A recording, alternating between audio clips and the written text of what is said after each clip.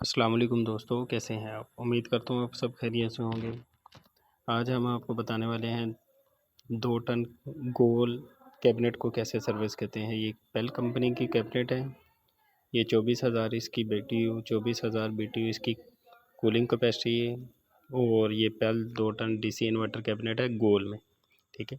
इससे पहले हमने आपको बताया था कि गोल कैबिनेट को कैसे खोलते हैं, ओपन करने की वीडियो हमने अपने चैनल पर अपलोड की है। अगर आपने नहीं देखी तो हमारे चैनल को जाकर विज़िट करें और वीडियो देख लें। ठीक है, आप खुद से कैबिनेट को खोल सकते हैं।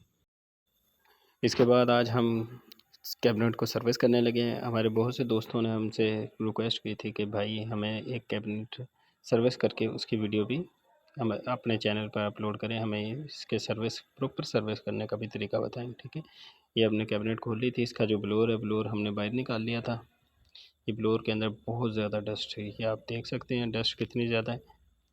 ये हमेशा जब भी आप एसी को सर्विस करवाएं या कैबिनेट को सर्विस करवाएं, ब्लोअर को बाहर की तरफ निकलवा दें, यानी एवापोरेटर को लैदा कर लें और जो ब्लोअर होता है ब्लोअर को लैदा कर लें। ये देखें काली स्याह, ये टोटल इसके अंदर डस्ट है। डस्ट से ही भरा हुआ था, जिससे ये कूलिंग भी बिल्कुल ठीक नहीं कर रहा था और थ्रो भी नहीं कर रहा था। जब भी कोई भी एसी या कैबिनेट जब थ्रो कम करती है तो थ्रो कम होने के 2 ही वजूहत होती हैं। ठीक है, ये मैं आपको बता देता हूँ। अगर आपके एसी या कैबिनेट थ्रो कम करती है तो इसके 2 ही वजूहत होती है। पहली वजूहत ये होती है कि आपके ब्लोअर के ऊपर काफ़ी ज़्यादा डस्ट आ गई है। ब्लोअर के अंदर भी एक ब्लेड टाइप होते हैं, ब्लेड होते हैं जो हवा को काट कर आगे की तरफ थ्रो करते हैं, यानी ऊपर वेपोरेटर से सक करते हैं और आगे की तरफ थ्रो करते हैं। ठीक है, अगर आपका एसी बिल्कुल ठीक है यानी सर्विस होने वाला नहीं है तो आपके एसी की थ्रो बहुत कम है। जब आप टर्बो भी प्रेस कर देते हैं फिर भी इसकी थ्रो बहुत कम है, तो फिर आपके एसी की जो ब्लोअर मोटर है, ब्लोअर मोटर की स्पीड कम है या ब्लोअर मोटर के अंदर मसला है। आप ब्लोअर मोटर को चेक करें। ठीक है, ये देखें जी, ये हमने सर्विस कर लिया है। अब ब्लोअर को देखें, पहले भी आप लोगों ने देखा था और अब भी ब्लोअर को देखें, ये ऐसे लगता है जैसे बिल्कुल ब्रांड न्यू हो गया है, बिल्कुल ब्लू हो गया है। इसके ऊपर कोई ज़रा सी भी डस्ट नहीं है।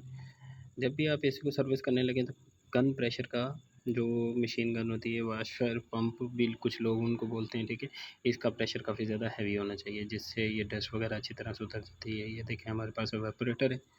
वेपोरेटर को हमने बाहर नहीं निकाला, वेपोरेटर को हमने ऐसे ही आगे से यानी किट वगैरह और दो जो ब्लोअर मोटर वगैरह सबको उतार लिया था। उतारने के बाद हमने यहीं से इसको अच्छी तरह से वॉश कर लिया। इसके अंदर डस्ट बिल्कुल नहीं रहने दी। इसको अच्छी तरह से पहले हमने ये पानी साफ़ पानी मारा इसके साथ, सर्विस मशीन के साथ, और उसके बाद हमने इसको सर्फ़ लगाकर सर्फ़ से अच्छी तरह वॉश किया। वॉश करने के बाद हमने इसको पानी मार दिया। ठीक है, ये मशीन गन के साथ सर्विस करने का ये फ़ायदा होता है कि ये एवापोरेटर बिल्कुल अच्छी तरह से नीट एंड क्लीन हो जाता है। ये चेक करें जी, ये हमारा एवापोरेटर बिल्कुल नीट एंड क्लीन हो गया, इसके अंदर बिल्कुल भी डस्ट नहीं है। कुछ लोग इसको सर्विस करते हैं बाहर से, हल्का फुल्का कपड़ा मार देते हैं और कहते हैं हमने बिल्कुल सर्विस कर दिया, जिसकी वजह से कुछ दिनों के बाद ये दोबारा फिर कूलिंग के अंदर से हवा आनी, शाँ शाँ की आवाज़ें आनी शुरू हो जाती हैं। जब शाँ शाँ की आवाज़ें आनी शुरू हो जाएँ तो समझ जाएँ कि आपका ब्लोअर जो वेपोरेटर है और ब्लोअर के अंदर डस्ट है काफ़ी ज़्यादा, और वेपोरेटर आपका चोक है। ये देखें, ब्लोअर हमने अच्छी तरह से वॉश कर लिया। ब्लोअर हमारा ऐसे ही हो गया जैसे ब्रांड न्यू हो, कैबिनेट के अंदर से निकला हो। ये इसका हमने जो ऊपर पहले वाला कवर है उसके ऊपर से डिस्प्ले को उतार रहे हैं। ये इसका डिस्प्ले जिसको हम हाथ से टच करते हैं। ठीक है, ये इसका डिस्प्ले और स्विंग मोटरें वगैरह हैं। ये अंदर वाले कवर को हम उतार देंगे। उतारने का मकसद ये है कि इसके अंदर भी डस्ट वगैरह होगी तो अच्छी तरह से वॉश हो जाएगा।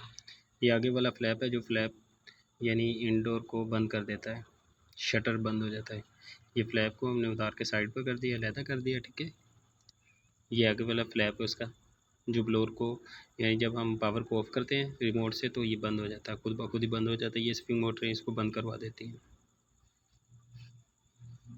इसको भी अच्छी तरह से वॉश करेंगे। ये इसका फ्रंट का कवर है। ये देखिए जी, ये कवर को अच्छी तरह से हमने पानी के साथ एक दफ़ा वॉश कर लिया, दोबारा इसको सर्फ़ के साथ लड़का अच्छी तरह से वॉश करेगा, यानी डस्ट वगैरह कहीं पर रह ना जाए। ये चेक करें, ये सर्फ़ के साथ अच्छी तरह से हम इसको नीट एंड क्लीन कर लेंगे और फिर इसके साथ जो हमारी सर्विस मशीन है इसके साथ हम इसको पानी मार लेंगे। ये बिल्कुल ऐसे ही हो जाएगा जैसे नीट एंड क्लीन हो जाए। जब भी आप अपनी एसी की या कैबिनेट की सर्विस करवाएं तो किसी एक्सपर्ट को बुलाएं या किसी कंपनी वाले को बुलाएं। अक्सर लोग वो इलेक्ट्रिशियन या राह चलते लोगों से सर्विस करवा लेते हैं, बाद में मसले मसाइल हो जाते हैं, वो सर्विस ठीक कर जाते हैं। तो एक तो नॉलेज ना होने की वजह से वो फ्लेयर वगैरह के अंदर कोई मसला आ जाता है, या पर्ची वगैरह अच्छी तरह से नहीं करवाते।